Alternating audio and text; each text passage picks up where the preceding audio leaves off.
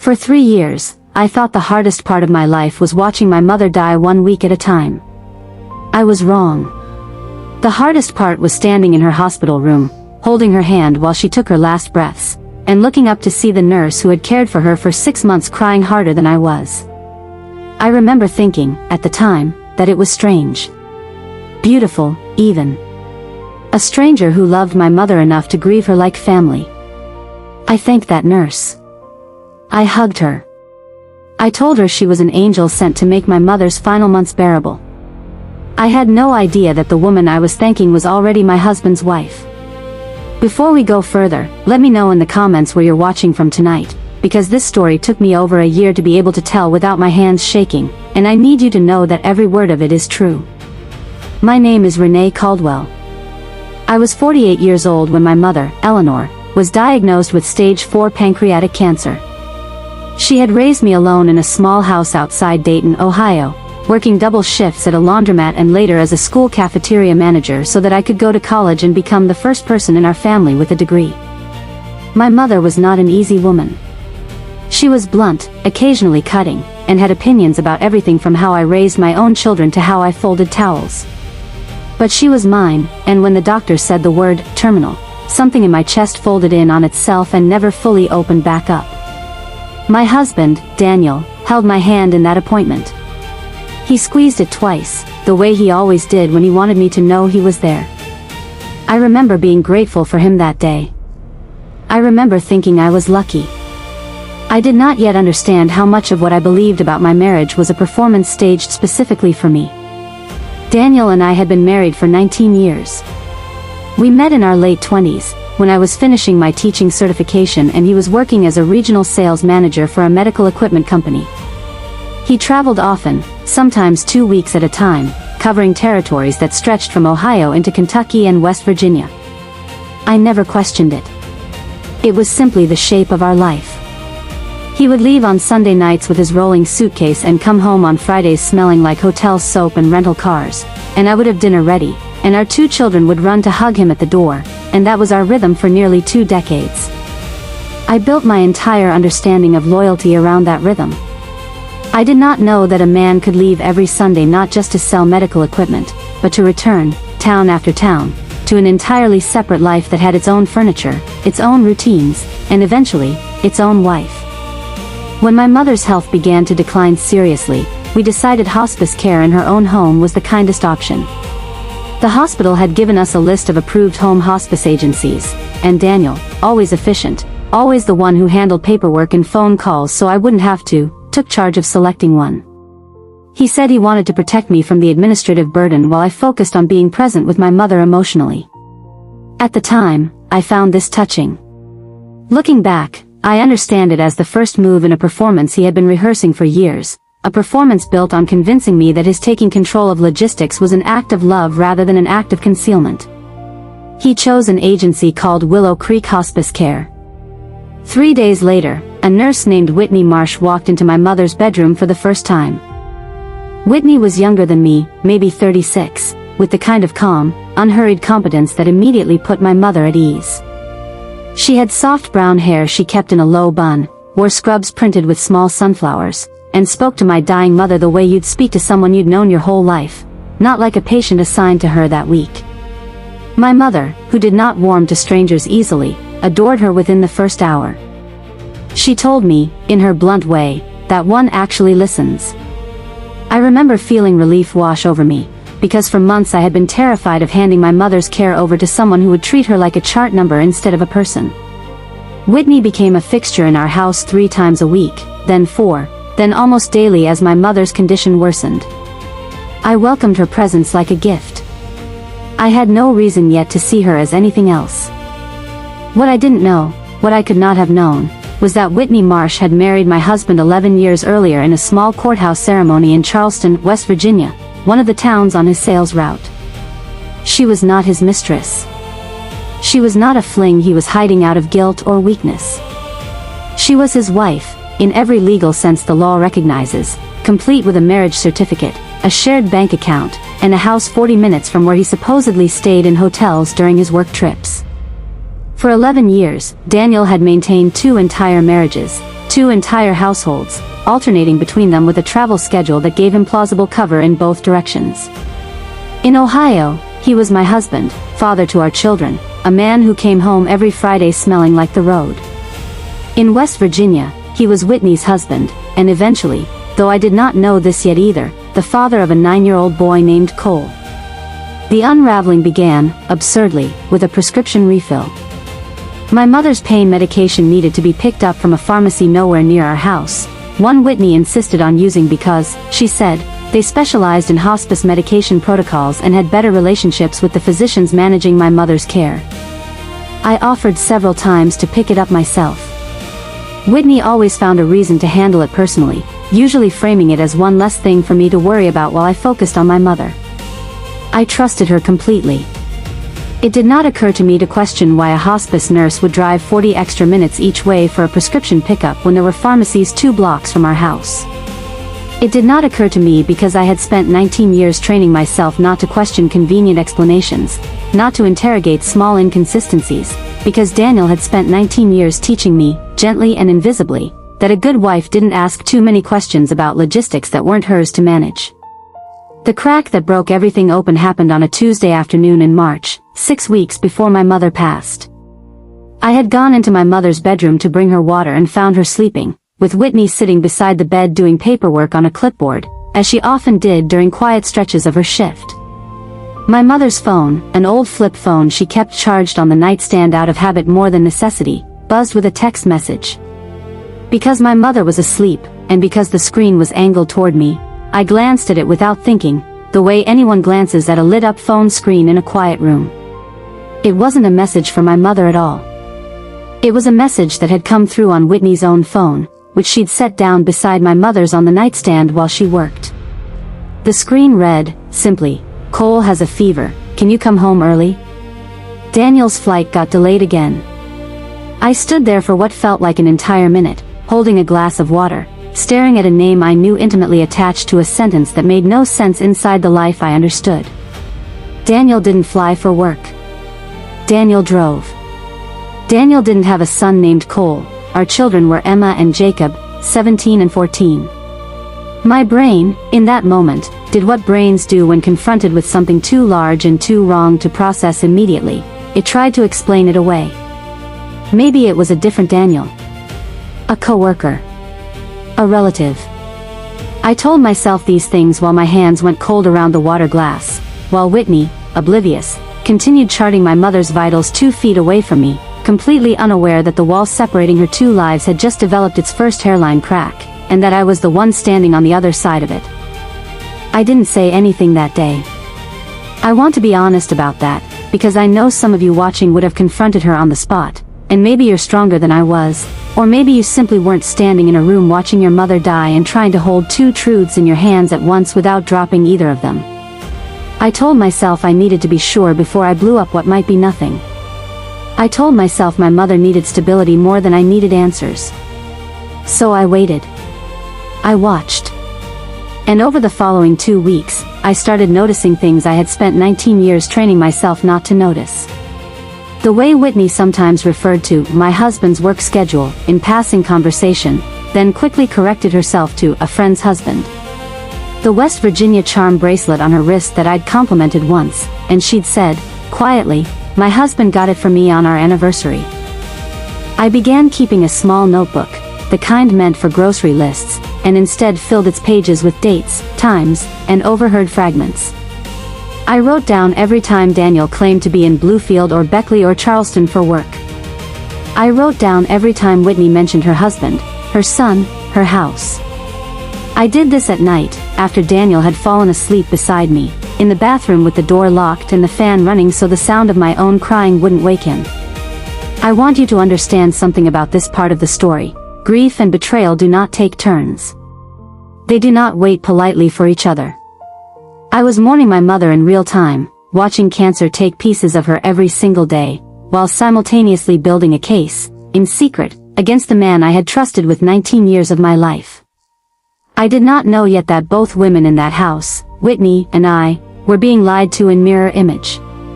The confirmation came from an unlikely source, my mother herself, in one of her final lucid weeks. She had always been sharper than people gave her credit for, even sedated, even fading. One evening, while Whitney had stepped out to take a phone call in the driveway, my mother beckoned me close and said, in a voice thinned by illness but not by clarity, "That nurse. She calls someone baby on the phone every night at 7. Same time. Every night." I told her it was probably her husband checking in. My mother looked at me with an expression I will never forget, the look she used to give me as a child when she knew I was about to learn something the hard way, and said, "Renee. I've been listening to that woman on the phone for months. She never once says his name. Only baby. You don't hide a name from a dying woman unless you're hiding it from someone else in the house first." I confirmed my mother's instinct that same week, in a way I am not proud of but do not regret. While Whitney was in the bathroom during her shift, I picked up the clipboard she always carried, the one with her hospice paperwork clipped to it, and underneath the top sheet I found a folded piece of paper that had slipped down inside the clip. It was a school permission slip for a 4th grade field trip to a science center, addressed to the parents of a student named Cole Marsh-Hartley. At the bottom, in the signature line for parent or guardian, was a name I had signed 1,000 times myself on our own children's paperwork, in handwriting I would have recognized in the dark, Daniel Hartley. My husband. Signed as a father, to a child I had never heard of, at a school I had never heard of, in a town he'd told me for 11 years he only passed through for work. I sat down on the edge of my mother's bathtub and read that permission slip 4 times, as if repetition might change what it said. Daniel Hartley, parent, Cole Marsh-Hartley, 2nd grade turning 4th. 11 years. I did the math without wanting to, counting backward to when I'd been pregnant with Jacob, our youngest, realizing that Daniel had begun an entire second marriage, an entire second fatherhood, while I was in a hospital room bringing our son into the world believing I was the only woman on earth he'd ever call his wife.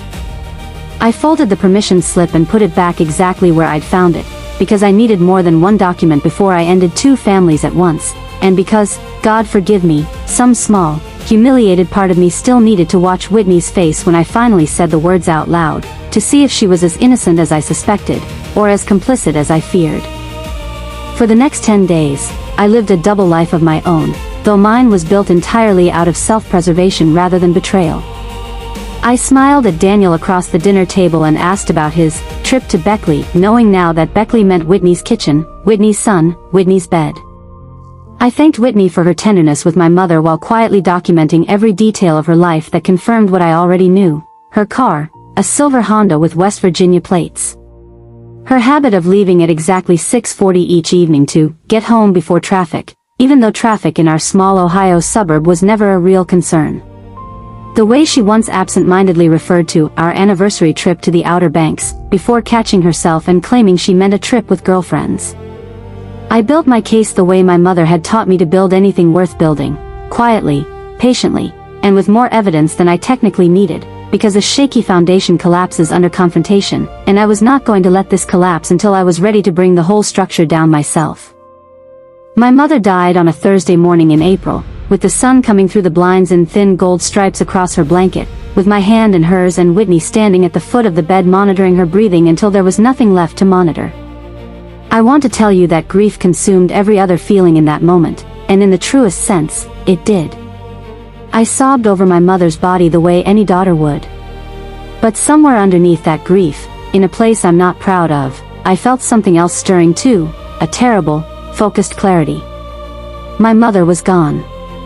The woman standing across from me, crying real tears for a patient she had genuinely come to love, was still, unknowingly, going to be the person who helped me finally see my marriage for exactly what it was. I thanked Whitney for her care that day. I meant it. I also, for the first time, let myself really look at her, not as my mother's nurse, but as the second Mrs. Hartley. I waited 3 more weeks before I acted, partly to grieve my mother properly, and partly because I needed one more piece of proof strong enough that neither Daniel nor Whitney could talk their way around it. I hired a private investigator, a quiet, methodical woman named Carol Bennett who had a reputation in our county for handling infidelity and asset cases with discretion.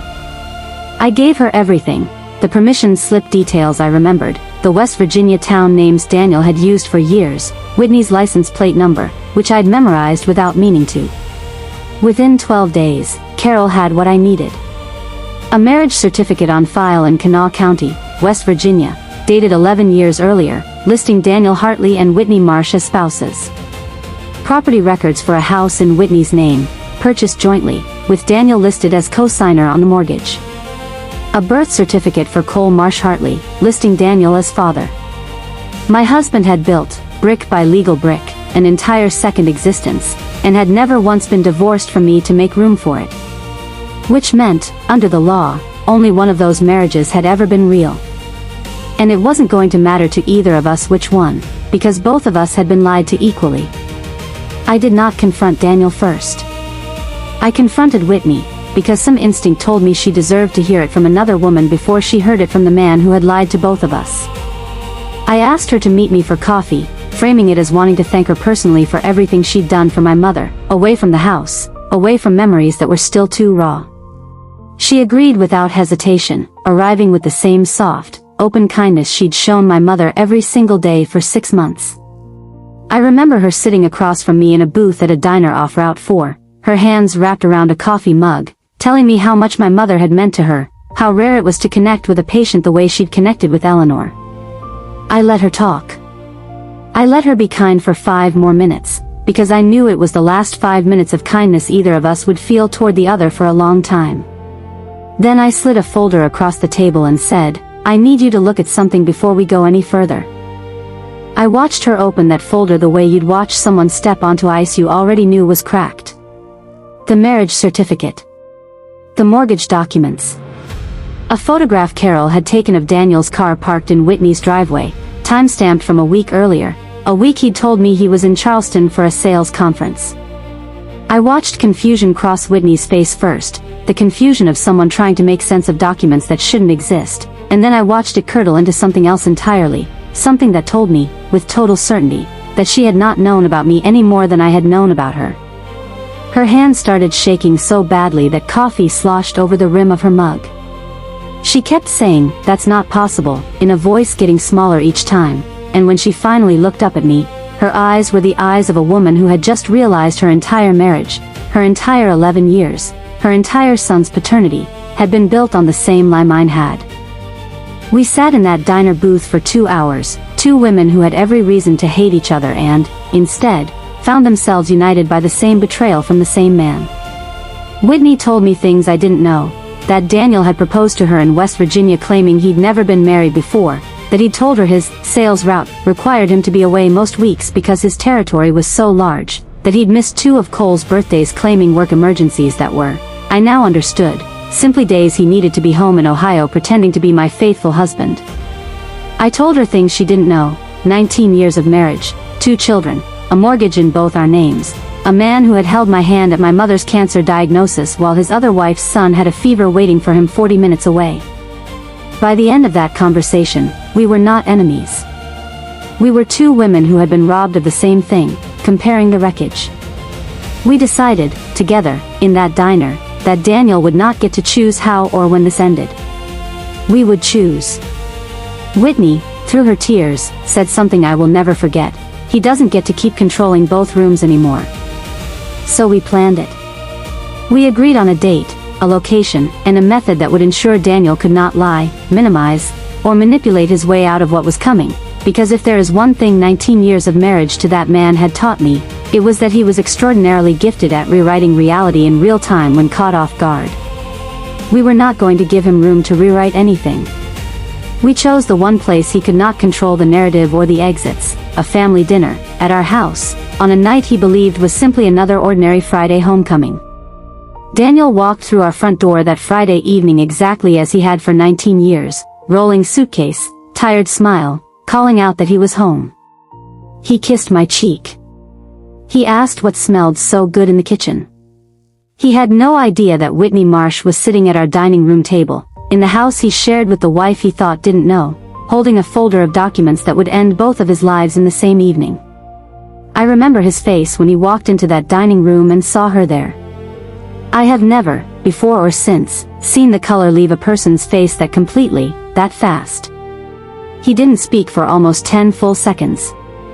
He just stood in the doorway of his own kitchen, looking between 2 women who, up until 3 weeks earlier, had never known the other existed, and understanding, in real time, that the architecture he'd spent 11 years building had just collapsed in a single room. "Sit down, Daniel," I said, and my voice came out steadier than I expected it to. He sat.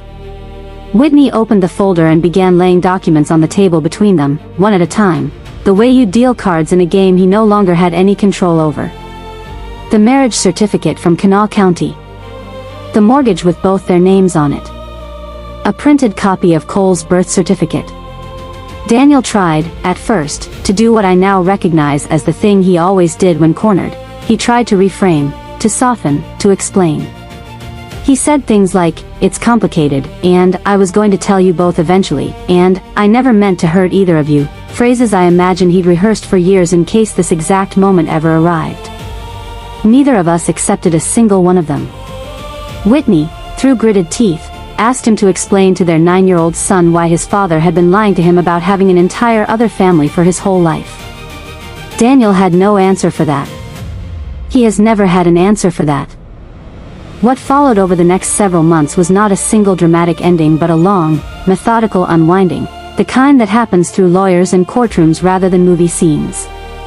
Because Daniel had never legally divorced me before marrying Whitney, his marriage to her was void under West Virginia law, which meant Whitney had no legal claim to spousal support or marital assets from him, despite 11 years of building a life and a home she believed was legitimate.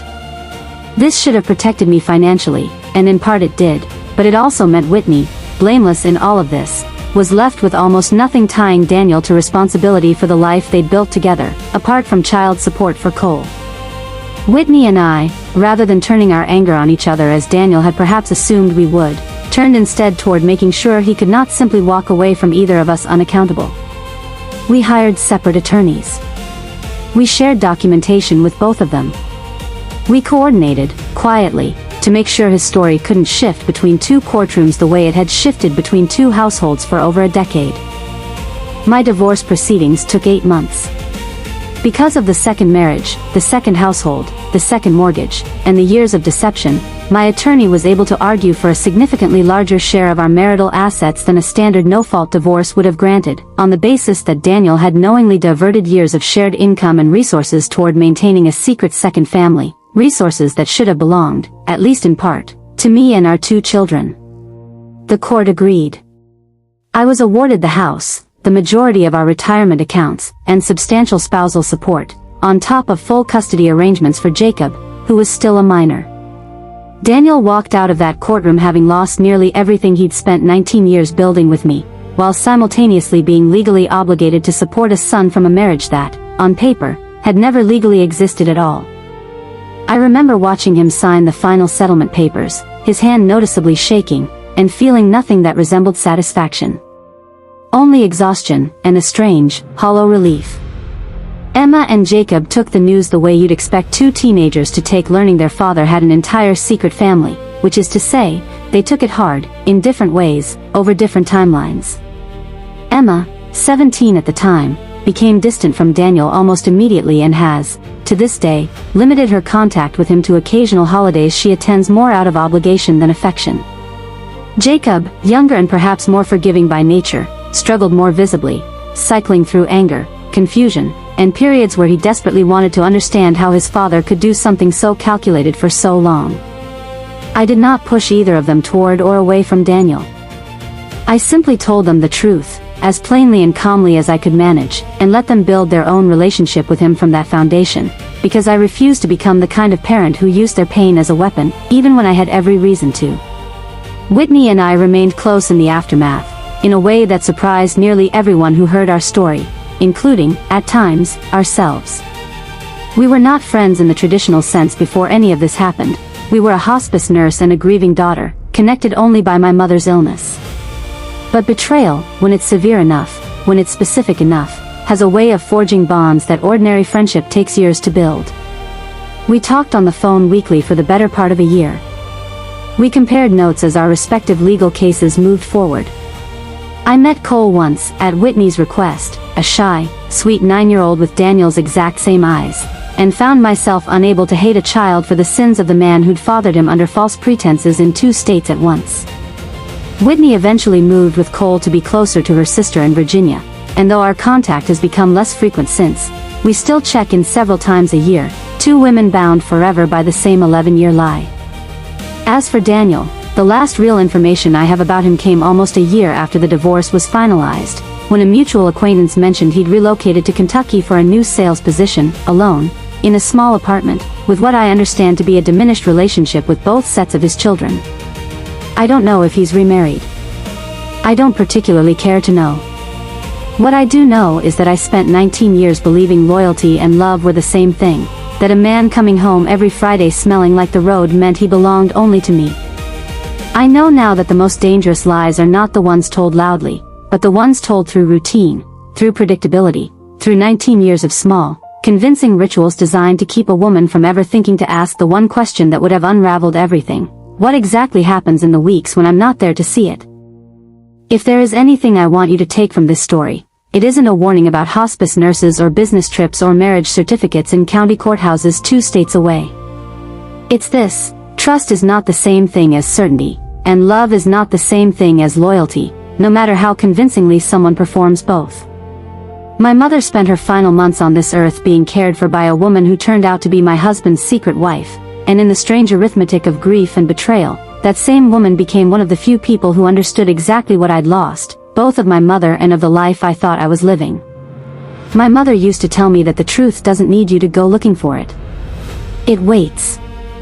It arrives disguised as a permission slip, a text message on the wrong screen, a phone call that always starts with the baby and never a name. And when it finally arrives, all you can do is decide, with whatever strength you have left, what you're going to build out of what's true, instead of what you were told. If this story moved you, if you found yourself holding your breath somewhere in the middle of it, let me know in the comments which moment hit you hardest, the permission slip, the diner, or the dinner table confrontation. And if you believe every woman deserves to know the whole truth about the life she's building, share this with someone who needs to hear it tonight.